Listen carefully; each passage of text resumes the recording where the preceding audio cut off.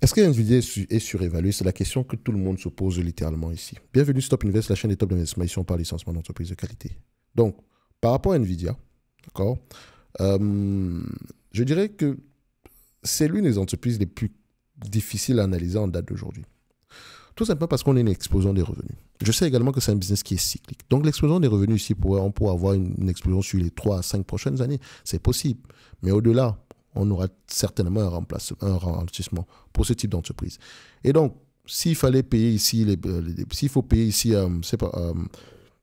une quarantaine de dollars à l'action de bénéfice net, d'accord?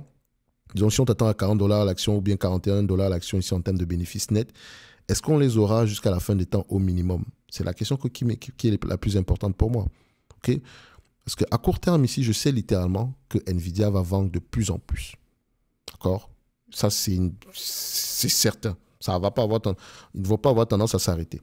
Et ils ont un pricing power énorme. Mais la compétition ne dort pas. So maintenant, quand tu me poses la question de savoir est-ce que Nvidia est surévalué ou pas, franchement, ça va dépendre de ton degré de confiance ici aux prévisions des analystes qui ont tendance à être de plus en plus relevées quand tout va bien. D'accord? Comme tu peux le voir ici, il y a 6 mois, on s'attendait à du 21 dollars d'ici le 31 janvier 2026. Aujourd'hui, on s'attendait à 21 dollars, aujourd'hui c'est 31 dollars. Donc tu vois presque une augmentation ici de 50%. Par rapport aux informations qu'on avait il y a 6 mois. Et ça peut également aller dans le sens contraire. OK? Donc, il faut faire attention. Bref, ici sur Nvidia, vous connaissez, moi je préfère rester sur les lignes de côté. Je ne suis pas assez malin pour savoir si ça va continuer à augmenter ou pas du tout. Tout ce que je sais, c'est que Nvidia va littéralement cracher du cash. Ce qui m'intéresse, c'est de savoir quel est le revenu moyen, le bénéfice moyen qu'on pourrait avoir dans le futur. C'est tout. Et pour le moment, ici, je ne suis pas assez... Je dois absolument reconnaître que je ne pourrais pas identifier avec une assez bonne marge de confiance ce qu'on pourrait avoir comme bénéfice moyen sur les années à venir.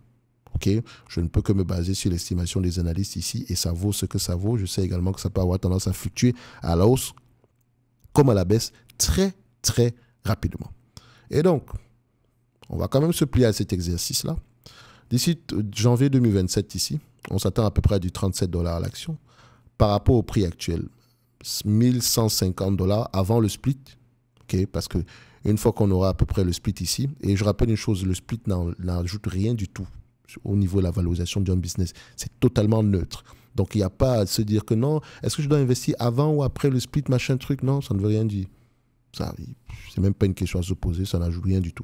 Oui, vous allez avoir l'impression que c'est plus abordable acheter une action à 115 dollars plutôt qu'une 1150 dollars.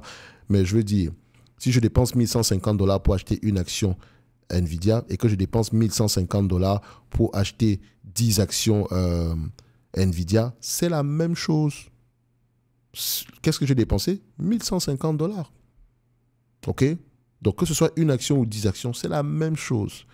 Le dividende est le même, c'est le même rendement, donc ça ne change rien du tout. Donc, ne vous cassez pas trop la tête avec le split ou je ne sais pas que ça n'ajoute rien du tout. Ça augmente plutôt la volatilité. Donc, tout bénéfice pour Nvidia ici, voilà, parce que voilà, ça peut lui permettre ici de booster la volatilité de ce stock-ci à court terme. Bref, ici, on me demande de payer à peu près 1150 dollars, un business qui pourrait me rapporter 37 dollars d'ici 2027. Et je rappelle ici que du point de vue estimation, degré de prévisibilité du business, je ne dirais pas que c'est du 50-50, mais il faut faire attention. Okay? Donc, on va se dire ici que par rapport aux attentes de 2027, c'est 3% de rendement. 3%. OK? Je dis bien 3% de rendement. Ça pourrait avoir tendance à augmenter. Peut-être dans 3 mois ici, on aura plutôt des attentes à 50 dollars. Pourquoi pas? Mais moi, je préfère rester sur les lignes de côté, les amis. En tout cas, j'observe. Ceux qui ont fait de l'argent chez Nvidia, bravo à vous. D'accord? Et je continue à vous regarder de très, très loin. Si Nvidia continue à avoir une croissance moyenne de 50% sur les années à venir, peut-être, pourquoi pas? Est-ce que j'y crois réellement? Franchement, j'observe. Je ne pourrais même pas dire que je crois à quoi que ce soit ici. J'observe juste. Tant mieux si elle arrive à atteindre ces niveaux-là. D'accord? Si vous voulez avoir un avis général ou bien un avis un peu plus poussé, regardez les dépenses regardez les donneurs d'ordre des produits NVIDIA. Qui sont-ils? Combien est-ce qu'ils prévoient de dépenser en totalité pour les accélérateurs? D'accord? Allez, vous pouvez aller essayer de rechercher cette information-là. Donc, je ne l'ai pas trouvé pour le moment, mais les données, enfin, les conférences call ici, les différents compétiteurs montrent que la dépense va avoir tendance à accélérer. La dépense en capital de croissance va avoir tendance à accélérer. Et donc, NVIDIA va avoir tendance à recevoir énormément de commandes. Et c'est donc déjà présentement le cas, sans compter les nouveaux produits qui vont avoir tendance à sortir, etc. En tout cas, je pense que j'ai dit tout ce que j'avais à dire de manière générale dans la note d'analyse sectorielle ici. Donc, je n'ai rien à apporter sur NVIDIA. Ça touche tout le monde ici. Donc, je vous l'encourage à aller la voir ici. Par rapport, moi, à l'évaluation ici, je vous ai dit, pour moi, NVIDIA, je n'ai pas envie de dire ici que c'est surévalué, mais c'est sûrement pas un prix, c'est sûrement pas donné à ce prix. OK? Tant mieux, tout quand on l'achète en date d'aujourd'hui, on compte énormément sur la croissance à venir. Et il vaut mieux que cette croissance-là ne ralentisse pas très rapidement. Soit toujours au-dessus des attentes. Parce que dès le moment où NVIDIA fera peut-être 15% de croissance des bénéfices nets alors qu'on s'attendait à du 40%, laissez-moi vous dire que ça pourrait faire moins 20% en une journée. D'accord? Donc les entreprises de croissance, c'est souvent ce genre de choses-là qui se passent. Donc, je ne shorterai pas du NVIDIA. Je ne dirais pas non plus que NVIDIA est surévalué. Je vais plutôt rester sur les lignes de côté observer. Juste me dire ici que pour le moment, le NVIDIA en date d'aujourd'hui, si je choisis y ancrer, c'est parce que j'espère avoir une croissance bien plus élevée pendant très longtemps. OK? Et pour avoir cette conviction-là, comme je l'ai mentionné, regardez les donneurs d'ordre. Qui sont-ils? La taille de ce marché-là la taille du marché des accélérateurs, du point de vue ici des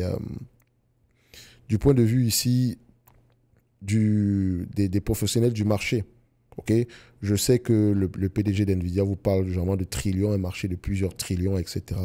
OK, mais de manière générale, est-ce que ce sont des trillions? Est-ce que c'est uniquement un marché destiné, le marché en question d'1 trillion, est-ce qu'il touche uniquement les produits proposés par NVIDIA ou bien c'est juste le TAM ici est global? Bref, il y a beaucoup de questions à les poser. En tout cas, pour moi, ici, on va se donner rendez-vous sur la prochaine vidéo. Je sais que vous aimez souvent savoir, est-ce que je dois acheter maintenant ou quoi que ce soit? Allez lire vos rapports financiers. Lisez vos rapports financiers sur NVIDIA. Okay? Comme moi, je vous l'ai dit ici, même si tu me proposes du NVIDIA aujourd'hui à $500, je ne vais quand même pas l'acheter. Ça, c'est mon avis personnel parce que je peux faire un autre type d'entreprise dans ce secteur d'activité-là. Ou bien en lien avec ce secteur d'activité. Il y a toujours des alternatives un peu plus stables. Et quand je mentionnais ici, je parle ici de Cadence Design System. Pourquoi je l'appelle toujours Cadence Software? Je n'ai jamais compris pourquoi je continue à l'appeler Cadence Software. Donc, c'est l'entreprise que moi, j'aimerais bien avoir possédée dans avec un lien sur les segments des semi-conducteurs ici. Donc, on dit ici, c'est un logiciel ici intéressant pour ce secteur, utilisé par les entreprises dans ce secteur d'activité. Donc, généralement, j'aime bien investir sur les logiciels. Donc, pourquoi pas du Cadence Design. En tout cas, ce n'est que mon avis et non un conseil d'investissement. Pour NVIDIA, j'observe 3% de rendement par rapport aux attentes ici, ce n'est pas énorme non plus. Et il me semble que sur les anciennes vidéos, on avait à peu près des rendements bien plus élevés que ça sur du NVIDIA. Je pense même qu'on a eu du 5% ici de rendement. En tout cas, on va se donner rendez-vous sur la prochaine vidéo. Et d'ici là, portez-vous bien. Un like, un abonnement, un commentaire. N'hésitez pas à aller regarder ici la vidéo concernant les semi-conducteurs, donc l'analyse sectorielle. Merci.